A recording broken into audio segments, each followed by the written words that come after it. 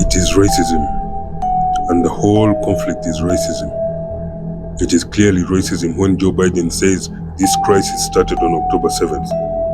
Yet the known source of the problem is actually the US and British governments getting up one day and imposing on the indigenous Palestinian people that part of their country is now a home for the Jews.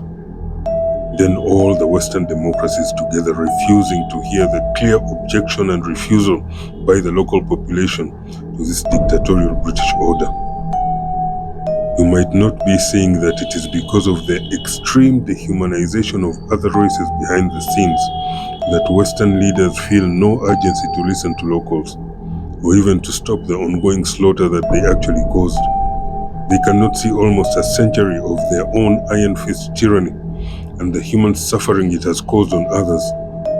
It is the same racism and the same heartlessness, the same dehumanizing insults, and the same entrenched hatred of others behind the scenes that has historically also led Western democracies to authorize, legalize, and conduct slavery, apartheid, and brutal murders of entire indigenous populations globally without an iota of remorse and without seeing anything wrong with it.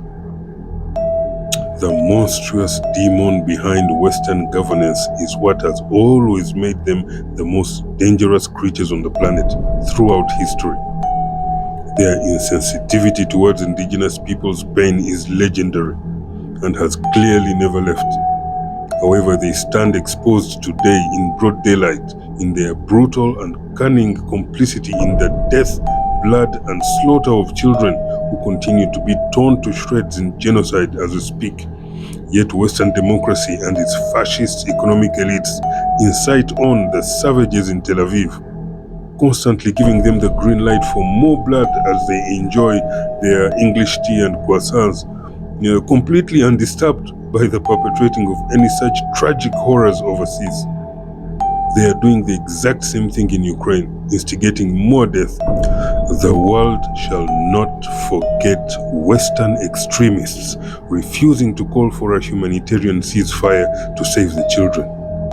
Anyone claiming this all started on October 7th is a xenophobic, racist bigot who is trying to whitewash themselves of human blood while abusing democracy and abusing accusations of anti-Semitism so as to cling on to continuing to exterminate and murder in psychotic peace all the innocent Palestinian fathers, mothers, and their children simply because of their race, their ethnicity, and their unquestionable sovereignty on the entirety of Palestine from the river to the sea.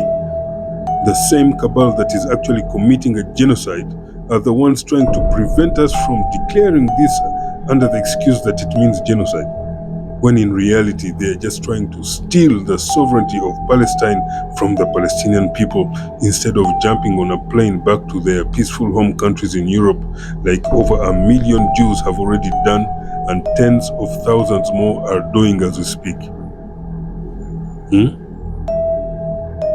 Thank you.